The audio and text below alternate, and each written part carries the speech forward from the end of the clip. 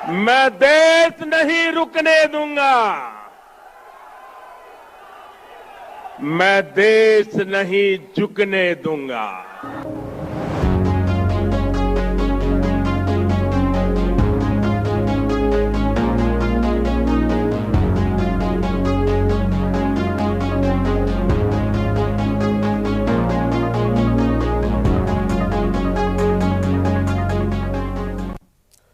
Break के बाद आपका स्वागत है। भारतीयों की रिहाई और खुशी छाई।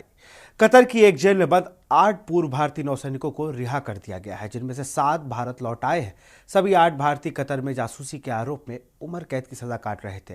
पहले इन्हें फांसी की सजा सुनाई गई थी। भारत सरकार ने कतर में गिरफ्तार किए गए देहरा ग्लोबल कंपनी के लिए काम करने वाले 8 भारतीयों की रिहाई का स्वागत किया है। कतर की इंटेलिजेंस एजेंसी के स्टेट सिक्योरिटी ब्यूरो ने 30 अगस्त 2022 को 8 पूर्व नौसैनिकों को गिरफ्तार किया था, जिसके बाद पूरी दुनिया की नज़र 8 भारतीयों पर थी। देश दुनिया से लेकर कई सियासी दलों ने बीजेपी सरकार और सरकार की विदेश नीति पर सवाल उठाए थे, लेकिन 8 भारतीयों की रिहाई ने सभी के सवालों का जवाब खामोशी से देकर सभी अटकलों पर विराम लगा दिया है। देखिए हमारी रिपोर्ट। आज मैं फिर से दोहरा रहा हूं,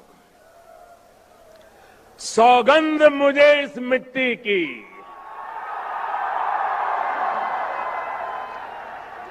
सौगंध मुझे इस मिट्टी की, मैं देश नहीं मिटने दूंगा। मैं देश नहीं रुकने दूंगा।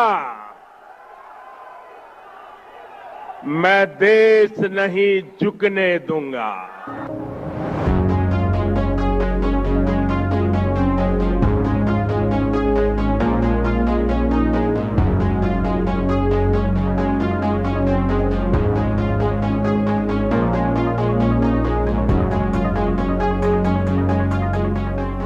सोमवार की सुबह हिंदुस्तान के लिए एक बड़ी डिप्लोमेटिक जीत लेकर आई।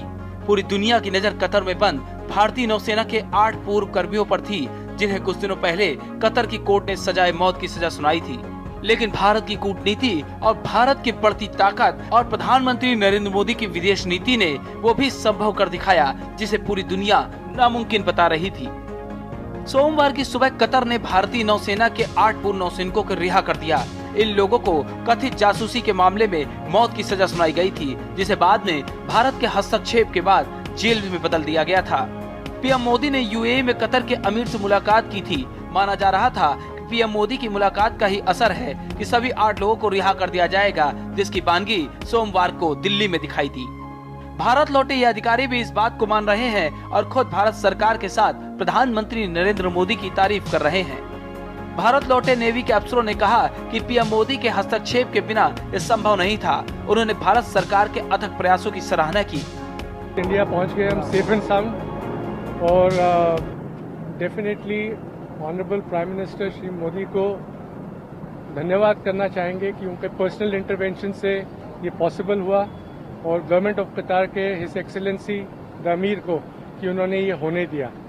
एंड बस यही बोलना चाहेंगे। Thank you very much.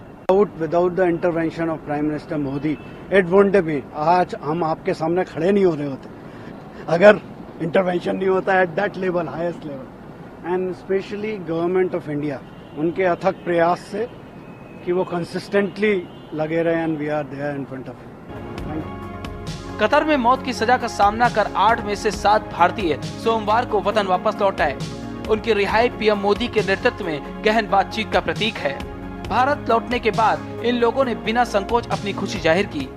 बता दें कि पिछले साल 1 दिसंबर को पीएम मोदी और कतर के अमीर तमीम बिन हमद के बीच बैठक हुई थी।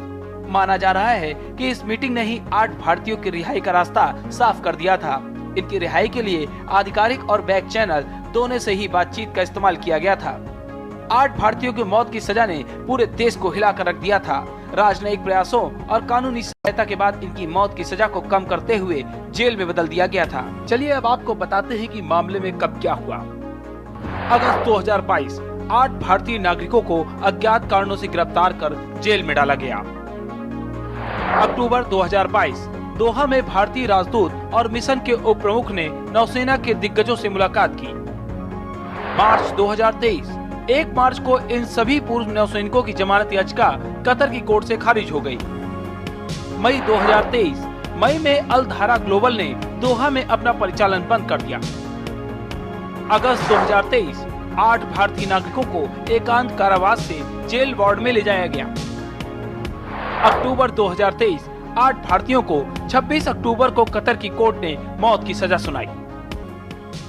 कतर से लौटे भारतीय नेवी के पूर्व अधिकारियों ने कतर के अमीर शेख तमीम बिन हमद अल थानी को भी धन्यवाद दिया है। वतन वापस लौटे जवानों को देखकर ये भी साफ हो गया है कि भारत का बढ़ता कद पूरी दुनिया में अब अपनी धाक जमा रहा है और प्रधानमंत्री नरेंद्र मोदी की विदेश नीति पूरी दुनिया में छाई हुई है, जो इस बात की तस्दीक कर रही है। विनीत शर्मा, स्पेशल डेस्क, के न्यूज इंडिया।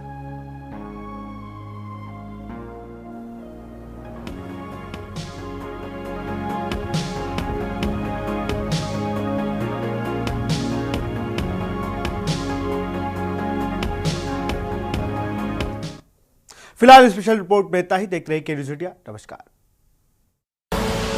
आप देख रहे हैं के न्यूज, खबरों का सारथी।